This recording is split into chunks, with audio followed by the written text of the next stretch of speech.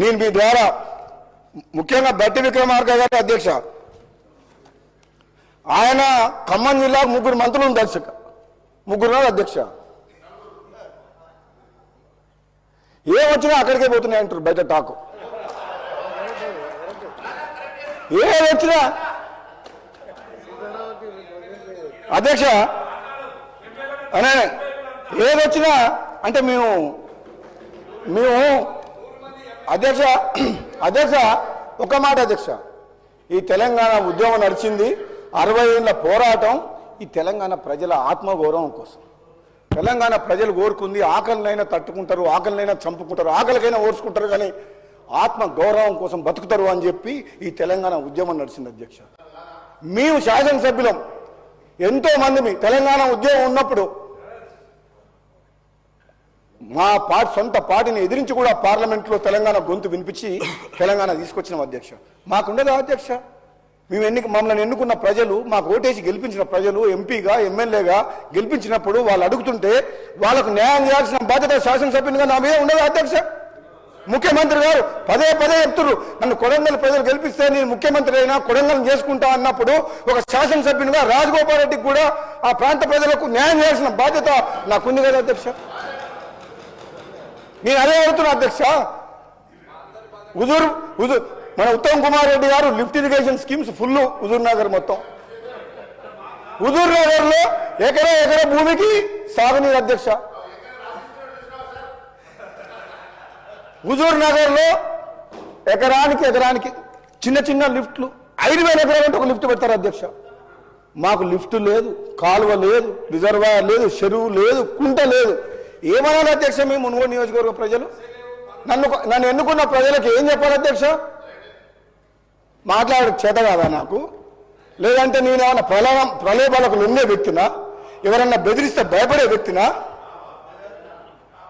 దేనికి భయపడని వ్యక్తిని, ప్రలోభాలకు లొంగని వ్యక్తిని మన ప్రభుత్వం ఉండి శాసనసభ్యునిగా నా ప్రాంతానికి అన్యాయం జరుగుతుంటే నేను మాట్లాడకుండా ఉండడం నేరం అధ్యక్ష. నేను ఒకవేళ నేను ఆ ప్రాంత ప్రజలకు న్యాయం చేయలేనప్పుడు ఈ పదవిలో ఉండడానికి అనర్హం అధ్యక్ష. నేను ఏం వాగ్దానాలు చేశారంటే అధ్యక్ష, 250 గజాల ఇళ్ల స్థలం ఇస్తా అన్నారు. ఆ ఇళ్ల స్థలంలో ఇల్లు కట్టుకోవడానికి 5 లక్షలు ఇస్తా అన్నారు. 4,000 పెన్షన్ ఇస్తా అన్నారు.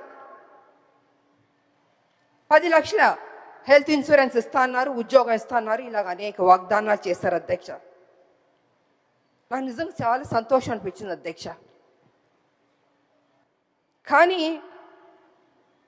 ఏమైందంటే అధ్యక్ష, అధికారంలోకి వచ్చింది కాంగ్రెస్, అన్నీ జరిగిపోయినాయి అధ్యక్ష.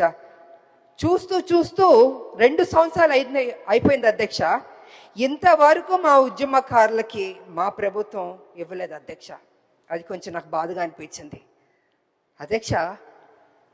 ఎన్నో స్కీములు మనం అనౌన్స్ చేస్తున్నాం, పెడుతున్నాం. మా ఉద్యమకారులకు ఫస్ట్ ప్రయారిటీ ఇచ్చి చేస్తుంటే, ఏదైతే మనం కదా చెప్పాం ఉద్యమకారులకి ఇల్లు ఇస్తా అన్నాం, పెన్షన్ ఇస్తా అన్నాం, ఆరోగ్యం గురించి హెల్త్ ఇన్సూరెన్స్ ఇస్తా అన్నాం, ఉద్యోగం ఇస్తాను, ఇలా అన్నీ మనమే కొంచెం చెప్పాం కదా అధ్యక్ష. అవన్నీ చేస్తుంటే ఆన్ టైంకి ఫస్ట్ ప్రయారిటీ ఇచ్చి ముందే చేస్తుంటే గౌరవంగా ఉండేది అధ్యక్ష.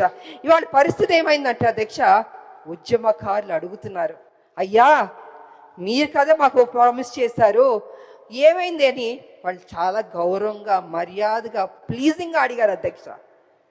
కానీ నాకు తెలియదు అధ్యక్ష, ఎందుకు డిలే అయిందో నాకు తెలియదు అధ్యక్ష. ఇవాళ కమిటీ వేస్తానని కూడా అని చెప్పారు. నా ఉద్దేశంలో అయితే అధ్యక్ష, కమిటీ అన్నది కొంచెం డిలే అవుతుంది అధ్యక్ష. ఇప్పటికే 2 ఏళ్ళు అయిపోయింది, 2 ఏళ్ళు పైన అయిపోయింది మా ప్రభుత్వం వచ్చి, కాంగ్రెస్ ప్రభుత్వం.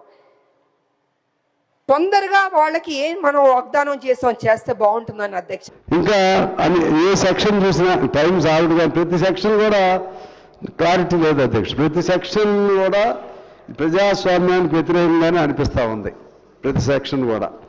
అందువలన దీనిపైన సెలెక్ట్ కమిటీ అనేది కాకుండా సెలెక్ట్ కమిటీకి వేసి మళ్ళా చర్చలు జరిపి ఇదంతా కంటే ప్రభుత్వమే పునరాలోచన చేసి ఈ చట్టాన్ని విత్డ్రా చేసుకోమని చెప్పి నేను ప్రభుత్వాన్ని కోరుతున్నాను అధ్యక్ష. और प्लानिंग डिपार्टमेंट के एलोकेशन पर मैं कुछ कहना चाहूंगा साहब। 603 crore rupees constituency development fund SDF CDP के तहत दिया जाता है साहब। ये आप भी हमारे साथ के पुराने MLA साहब को एक साल ऐसा गया जहां पे CDP नहीं मिला है। पिछले 2 साल से CDP क्यों नहीं दे रहे साहब? 1 रुपया नहीं दिए साहब CDP के अंदर। SDF के नाम के ऊपर पैसे दिए जा रहे हैं। मैं कहने लिस्ट है साहब, किसको किसको दिए बोले तो जियो है, 2 नवंबर में जियो निकाले सो। अरे साहब साल खत्म हो जा रहा ना साहब, आज साल खत्म हो रहा, कल साल खत्म हो रहा, फिर अब नेक्स्ट ईयर के अंदर, ये साल में साहब आप खाली 74 MLAs को सेलेक्टेड को दिए साहब। तो क्या नहीं साहब, आप CDP कॉन्स्टिट्यूंसी डेवलपमेंट फंड क्यों नहीं देते साहब? ये SDF ठीक है, ये मर्जी की बात है आपकी। CDP तो एक लेजिस्लेचर का हक है ना साहब। CDP MP को CDP मिलता है, उसके अंदर कभी कोई वो नहीं होती। आप पिछले 2 साल से हुकूमत आई जब से CDP बिल्कुल ही बंद करके रखी। हर लेजिस्लेचर को मिलना चाहिए ना साहब CDP। तो मेरी आपके जरिए फाइनेंस मिनिस्टर साहब से और खास तौर पे चीफ मिनिस्टर साहब से गुजारिश है कि CDP फंड्स रिलीज कीजिए हर कॉन्स्टिट्यूंसी को फिक्स है, ताकि हम जब का जब काम करा सके। इसके अलावा स्पेशल डेवलपमेंट फंड के अंदर आप अपने हिसाब से दे रहे हैं, हम भी आपके साथ ही थे साहब। या कांग्रेस के लोगों को दे रहे हैं या पलटी मार के ऐसे लोगों को दे रहे हैं? नहीं भाई, कांग्रेस के लोगों को दे रहे हैं या पलटी मार के कांग्रेस में ऐसे लोगों को दे रहे हैं? हम क्या करें साहब?